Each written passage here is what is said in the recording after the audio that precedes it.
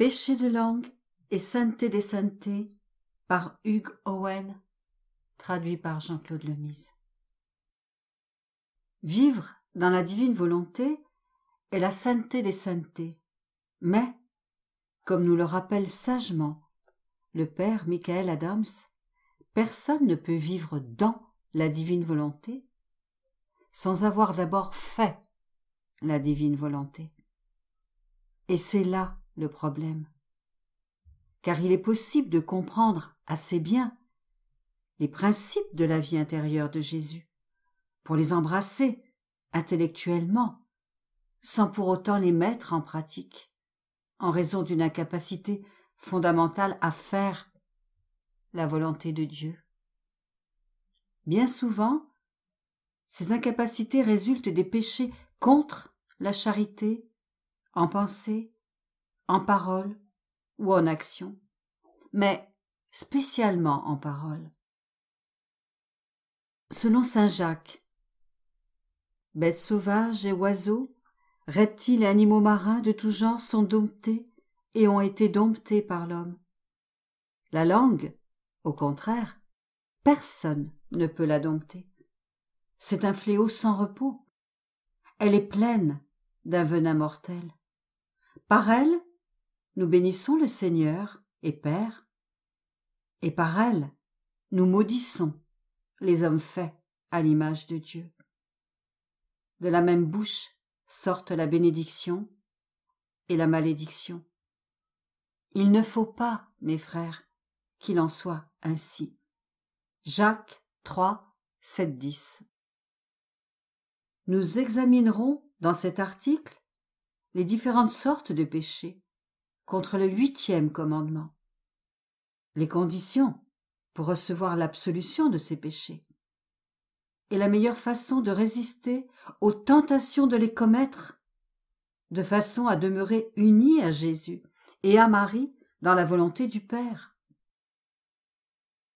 Mentir est la forme la plus évidente du péché contre le 8e commandement. Mais ce n'est pas la seule. Nous nous concentrerons dans cet article sur les péchés les plus courants contre le 8e commandement, dont un seul implique nécessairement le mensonge. Ce sont le jugement téméraire, la médisance et la calomnie. Selon le catéchisme de l'Église catholique, le jugement téméraire est la présomption, sans fondement suffisant, sans même la présomption tacite, qu'une personne est coupable d'un défaut moral. Supposons par exemple que quelqu'un ait assisté à une conférence dans la salle paroissiale et qu'on ait interrogé un conférencier renommé concernant la réputation d'une personne absente à cette réunion. Supposons encore que ce conférencier célèbre ait laissé entendre que la personne absente était cupide et malhonnête. Tout membre de l'auditoire qui a cru les insinuations malveillantes uniquement sur les dires du conférencier et sans aucune preuve de la vérité de sa déclaration serait coupable de jugement téméraire. Mais ce n'est pas tout. L'Église enseigne que toute personne dans l'assistance ayant entendu les insinuations sans protester serait coupable de complicité dans la médisance. Si les insinuations du conférencier étaient vraies, ou de calomnie, si les insinuations du conférencier étaient fausses. La seule justification possible pour une telle action de la part du conférencier serait que 1. Il avait la preuve irréfutable que la personne absente était cupide et malhonnête. 2. Toutes les personnes présentes, sans aucune exception, avaient le besoin urgent de savoir cela pour leur propre protection. Et 3. Le conférencier n'avait pas d'autre moyen pour protéger l'assistance tout entière de la cupidité et de la malhonnêteté de la personne absente que de proclamer ses vices à toute l'assemblée. Dans le cas absurdement improbable où toutes ces conditions seraient remplies, le conférencier aurait alors l'obligation de pouvoir fournir la preuve de son accusation et de la nécessité de communiquer cette information à une assemblée d'étrangers. Si le célèbre conférencier de notre exemple disait la vérité sur le caractère de la personne absente, mais sans avoir la certitude que toutes les personnes présentes avaient besoin de connaître cette information, il se rendait alors coupable du péché de médisance. Selon le catéchisme, c'est le péché de celui qui, sans raison objectivement valable, dévoile à des personnes qui l'ignorent les défauts et les fautes d'autrui. CEC 2477. Si le célèbre conférencier croyait dire la vérité sur la personne absente, mais ne disait pas la vérité, il était alors coupable du péché de calomnie.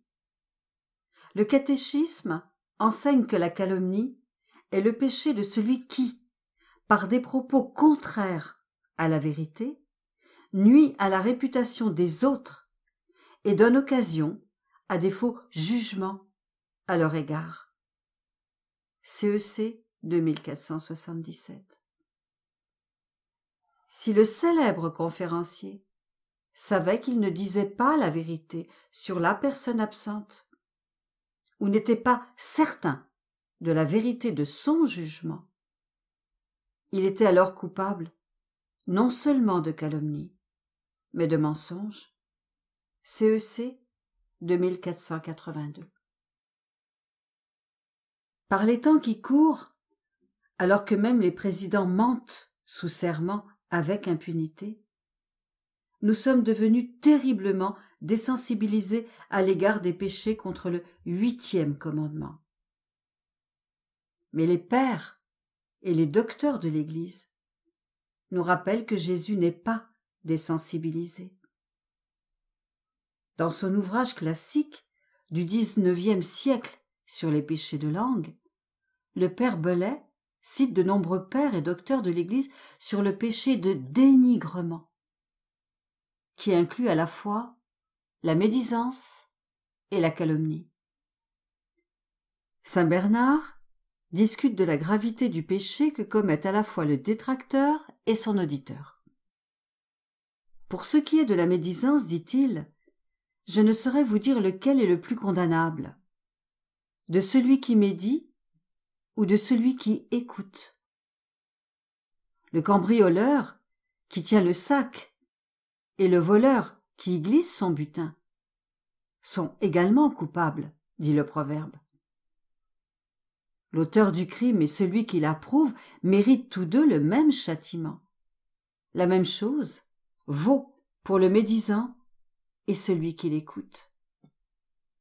Saint Thomas d'Aquin enseigne: on doit donc penser que si quelqu'un écoute des propos diffamatoires sans les désapprouver, il y consent et participe par là même au péché.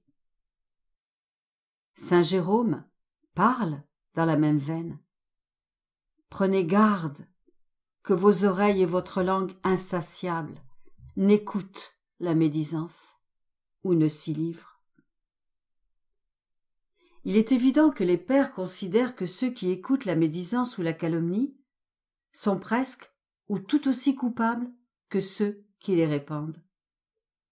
De fait, bien des pères considéraient de leur devoir non seulement de s'opposer à ces vices, mais également de les prévenir. Saint Jean Chrysostome n'a pas mâché ses mots en s'exprimant du haut de la chair sur ce sujet. Voilà pour les médisants.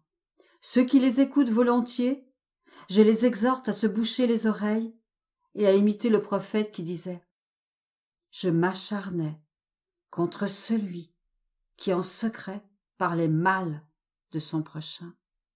Dites à cette personne: avez-vous à louer quelqu'un? À décerner quelque éloge? J'ouvre mes oreilles pour recevoir l'huile de vos paroles. Mais si vous avez à médire du prochain, votre discours n'aura pas accès jusqu'à mon âme, car je ne puis me souiller de boue et d'ordures. Que me reviendra-t-il de savoir que cet homme est un méchant? Ou plutôt, ne serait-ce pas un malheur pour moi de l'apprendre? Dites-lui, demandons-nous comment nous rendrons compte de nos propres péchés et soumettons notre propre vie à ce laborieux examen. Le père Belay décrit les mesures prises par saint Augustin pour éloigner de sa table d'éventuels détracteurs et calomniateurs. Saint Augustin, évêque exemplaire, détestait si fortement les détracteurs qu'il affichait les paroles suivantes sur le mur de sa salle à manger en guise d'avertissement à ses invités. Celui qui aime à déchirer par ses paroles la vie des absents, qu'il sache que cette table lui est interdite. La haine des pères pour le jugement téméraire, la calomnie et la médisance est tout aussi frappante que leur insistance sur la réparation pour ces péchés comme condition de leur absolution. Le père Belay déclare: Dieu a fixé un énorme boulet à cette chaîne, l'obligation de restaurer la réputation du prochain. Les paroles de saint Augustin valent ici autant pour la médisance que pour l'argent. Pas de restauration, pas de pardon. C'est un principe commun chez les théologiens que restaurer la réputation du prochain est obligatoire. Non seulement pour ceux qui ont révélé un crime imaginaire, mais également pour ceux qui ont dévoilé un crime véritable, mais secret. Ils sont tenus de lui donner une compensation au moins équivalente. Et ils lui doivent cette compensation, non seulement au détriment de leur propre réputation, mais aussi de leur vie. En plus de sa réputation, ils doivent réparer tout le tort que leur prochain a subi. Et ils doivent le faire, même si ce qu'ils ont révélé est vrai. Étant donné que cette chose est vraie, ils sont tenus de dire à tous ceux qui les ont entendus, non pas qu'ils ont menti, mais qu'ils ont été médisants. Bref, selon saint Augustin, pour que notre célèbre conférencier soit absous de son grave péché contre le 8e commandement, il lui faudrait d'abord demander le pardon de la personne absente dont la réputation a été salie par médisance ou calomnie, et faire ensuite tout en son pouvoir pour restaurer la réputation de la partie absente dans l'esprit de l'assemblée tout entière. Alors seulement, dit saint Augustin, pourrait-il légitimement recevoir l'absolution dans le sacrement de pénitence. Malheureusement, saint Philippe Néri illustre à quel point il est presque impossible de faire réparation pour les péchés contre le 8e commandement. Une femme confessa un jour à saint Philippe combien elle aimait commérer et répandre calomnie et scandale, et elle lui demanda comment elle pourrait se guérir de cette habitude. Il répondit: « Allez au marché voisin, achetez un poulet fraîchement tué, et revenez me voir en le plumant tout le long du chemin. » Tout étonnée, elle fit ce qu'il avait demandé, et revint avec le poulet déplumé. « Maintenant, faites demi-tour, dit-il, et ramenez-moi toutes les plumes que vous avez dispersées. »« Mais je ne peux pas, C'est impossible, répondit-elle. J'ai jeté les plumes sans faire attention, et le vent les a emportées. Comment puis-je les récupérer? Vous ne le pouvez pas, répliqua saint Philippe. Et c'est exactement la même chose pour vos paroles de scandale. Elles ont été emportées dans toutes les directions. Vous ne pouvez pas les rappeler à vous. Allez, et ne médisez plus. Mais une perspective plus terrifiante encore se présente. Étant donné l'état général de désensibilisation au péché du 8e commandement, que se passe-t-il si une personne, comme notre célèbre conférencier, demeure inconsciente d'avoir commis un péché grave et qu'elle doit se repentir et faire réparation? Notre mère l'Église est malheureusement stricte sur ce point. Tant que le calomniateur refuse de se repentir pour son péché. Le catéchisme enseigne: on ne peut justifier une action mauvaise faite avec une bonne intention. CEC 1759. Et tous les catholiques ont l'obligation de s'être examinés sérieusement avant d'aller se confesser. CEC 1456. Notre célèbre conférencier aurait ainsi l'obligation de s'examiner sérieusement sur le 8e commandement avant d'aller à confesse.